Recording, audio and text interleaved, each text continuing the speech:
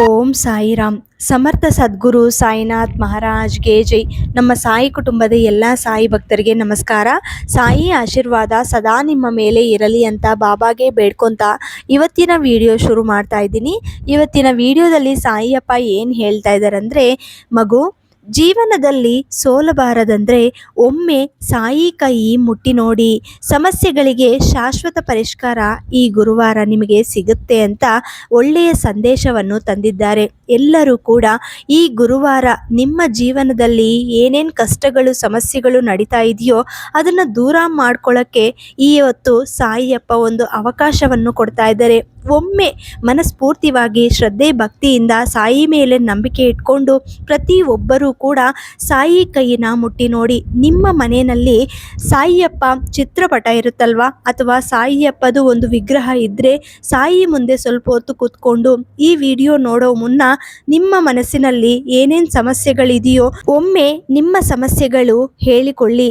ಆಮೇಲೆ ಸಾಯಿ ಮುಂದೆ ಕುತ್ಕೊಂಡು ಸಾಯಿ ಕೈಯಿನ ಅಥವಾ ಸಾಯಿ ಪಾದಗಳನ್ನು ಹಿಡಿದು ನಿಮ್ಮ ಮನಸ್ಸಿನಲ್ಲಿ ಬೇಡಿಕೆನ ಹೇಳ್ಕೊಳ್ಳಿ. ಇಚ್ಛೆಗಳು ಬೇಗ ಈಡೇರಬೇಕು ಅಂತ ಮನಸ್ಫೂರ್ತಿವಾಗಿ ನಿಮ್ಮ ಇಚ್ಛೆಗಳು ಏನೇ ಇರಲಿ ಅದನ್ನು ಹೇಳಿಕೊಳ್ಳಿ. ನಂತರ ಸಾಯಿಯಪ್ಪ ಇವತ್ತು ಏನು ಸಂದೇಶವನ್ನು ಕೊಡ್ತಾ ಇದ್ದಾರೋ ಅರ್ಥ ಮಾಡಿಕೊಂಡು ಸಾಯಿಯಪ್ಪ ಏನು ಹೇಳ್ತಾರೋ ಅದನ್ನು ಆಚರಿಸೋಕ್ಕೆ ಪ್ರಯತ್ನ ಮಾಡಿ. ನಾಳೆ ಗುರುವಾರ ದಿನ ಬರ್ತಾ ಇದೆ. ನಿಮ್ಮ ಸಮಸ್ಯೆಗಳು ಶಾಶ್ವತವಾಗಿ ದೂರ ಆಗುತ್ತೆ.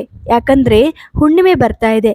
ಹುಣ್ಣಿಮೆ ಒಳಗೆ ನಿಮ್ಮ ಸಮಸ್ಯೆಗಳು ಈ ರೀತಿ ಸರಿ ಮಾಡಿಕೊಳ್ಳಿ. ನಾಳೆ ಗುರುವಾರ ದಿನ ಸಾಯಿಯಪ್ಪ ಮಂದಿರಕ್ಕೆ ಹೋಗಿ ನಿಮ್ಮ ಸಮಸ್ಯೆಗಳು ಹೇಳ್ಕೊಂಡು ನಿಮ್ಮ ಇಚ್ಛೆಗಳು ಈಡೇರಬೇಕು ಅಂತ ಈ ಕೆಲಸವನ್ನು ಮಾಡಬೇಕು. ಅದು ಏನಪ್ಪಾ ಅಂದರೆ, ಇವತ್ತು ಸಂಜೆ ಅಥವಾ ರಾತ್ರಿ ಮಲಗುವ ಮುನ್ನ ಕಡಲೆಕಾಳನ್ನ ನೆನೆಸಬೇಕು.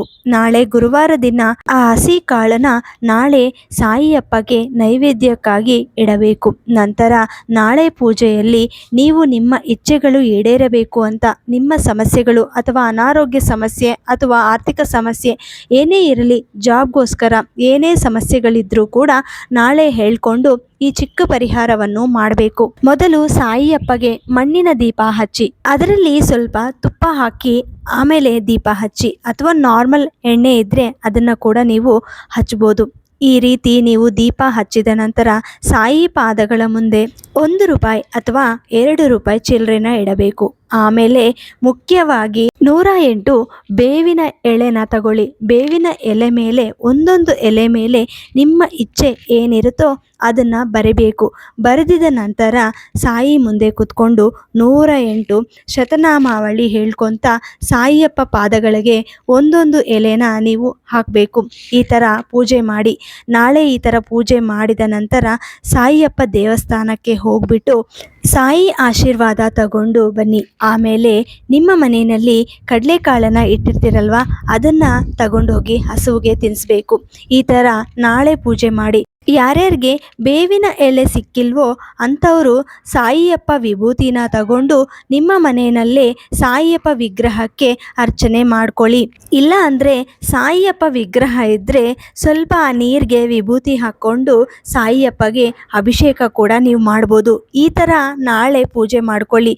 ನಿಮ್ಮ ಸಮಸ್ಯೆಗಳು ಏನೇ ಇರಲಿ ಅದನ್ನು ಶಾಶ್ವತವಾಗಿ ದೂರ ಆಗಬೇಕು ಅಂತ ಸಾಯಿ ಮುಂದೆ ಬೇಡ್ಕೊಳ್ಳಿ.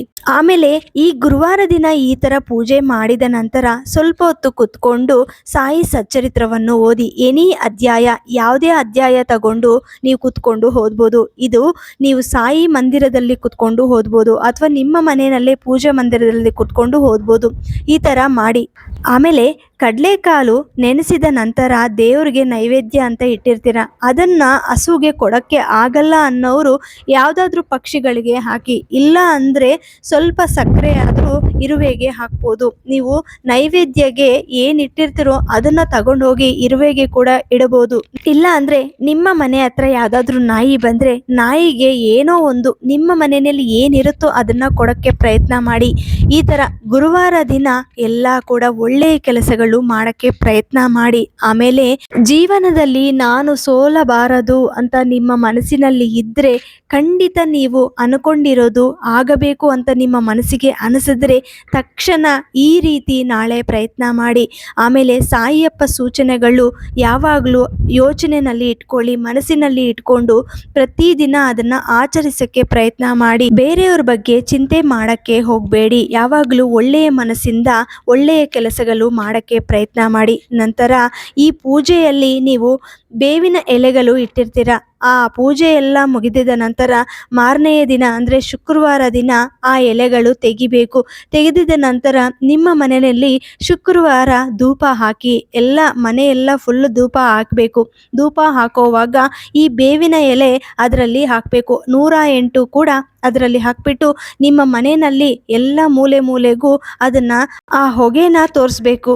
ಈ ಥರ ನೀವು ಪ್ರಯತ್ನ ಮಾಡಿ. ಖಂಡಿತ ನಿಮ್ಮ ಜೀವನದಲ್ಲಿ ಏನು ಅನ್ಕೊಂಡಿರ್ತೀರೋ ಅದು ಆಗುತ್ತೆ. ಈ ಗುರುವಾರ ಇದನ್ನು ಪ್ರಯತ್ನ ಮಾಡಿ. ಇವತ್ತು ಗುರುವಾರ ಆಗಲ್ಲ ಅನ್ನೋರು ಮುಂದಿನ ಗುರುವಾರ ಪ್ರಯತ್ನ ಮಾಡಿ. ಈ ಥರ ಅಟ್ಲೀಸ್ಟ್ 3-5 ಗುರುವಾರ ಪ್ರಯತ್ನ ಮಾಡಿದ ನಂತರ ನಿಮಗೆ ರಿಸಲ್ಟ್ ಅನ್ನೋದು ಗೊತ್ತಾಗುತ್ತೆ. ಕೆಲವೊಬ್ರು ಈ ವಿಡಿಯೋ ನೋಡಿದ ತಕ್ಷಣ ನಾನು ಮಾಡ್ತೀನಿ, ನನಗೆ ಏನು ಇಚ್ಛೆಗಳು ಬೇಡ, ನನಗಿರೋ ಬೇಡಿಕೆಗಳು ಬೇಡ, ನಾನು ಕೇಳೋದೇ ಬೇಡ, ಆದರೆ ನನಗೆ ಸಾಯಿ ಮೇಲೆ ನಂಬಿಕೆ ಇದೆ, ನಾನು ಮಾಡ್ತೀನಿ ಅನ್ನೋರು ಖಂಡಿತ ಮಾಡಿದ ನಂತರ ಅವ್ರಿಗೆ ಗೊತ್ತಾಗತ್ತೆ ರಿಸಲ್ಟ್ ಯಾವ ಥರ ಬಂದಿದೆ ಅನ್ನೋದು. ಯಾಕಂದರೆ ಅವ್ರ ಮನಸ್ಸಿನಲ್ಲಿ ಏನು ಬೇಡಿಕೆಗಳು ಇಲ್ಲ, ನನಗೆ ಒಳ್ಳೆಯದು ಮಾಡಿದ್ರೆ ಸಾಕು ಅಂತ ಅನ್ಕೊತಾರೆ.